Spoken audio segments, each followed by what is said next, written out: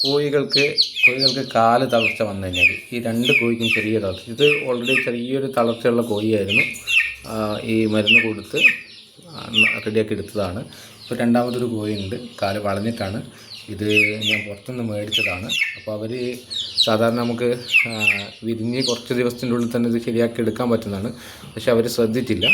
ഇവിടെ കൊണ്ടുവന്നപ്പോൾ നമ്മൾ അത് റെഡിയാക്കിക്കൊണ്ടിരിക്കുകയാണ്. അപ്പോൾ ഇതിന് കൊടുക്കേണ്ട മരുന്നുകളാണ് ഞാനിവിടെ പറയുന്നത്.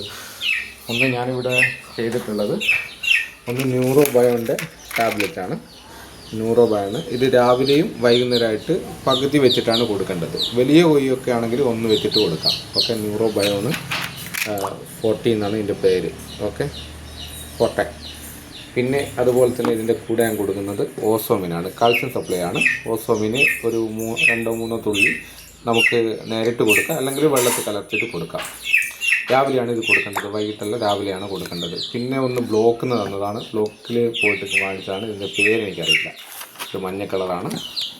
ഇതും കാൽസ്യം സപ്ലൈ തന്നെയാണ്. പിന്നെ ഇതിൻ്റെ കൂടെ നമുക്ക് വേണമെങ്കിൽ വേറെ മണ്ടി കൊടുക്കാം. പിന്നെ വിറ്റാമിനാണത്. അതിൻ്റെ കൂടെ തന്നെ മുട്ടേൻ്റെ തോട് പൊടിച്ചിട്ടും അതുപോലെ തന്നെ ഇത്തിൾ പൊടിച്ചിട്ടും കൊടുത്താൽ മതി. അപ്പോൾ ഇത് ഒരു 1 വീക്ക് കൊടുത്തു കഴിഞ്ഞാൽ തന്നെ കാല് റെഡി ആയിക്കോളും. അപ്പോൾ കാല് റെഡി ആയിട്ടുള്ള വീഡിയോ ഞാൻ വിടുന്നതാണ്.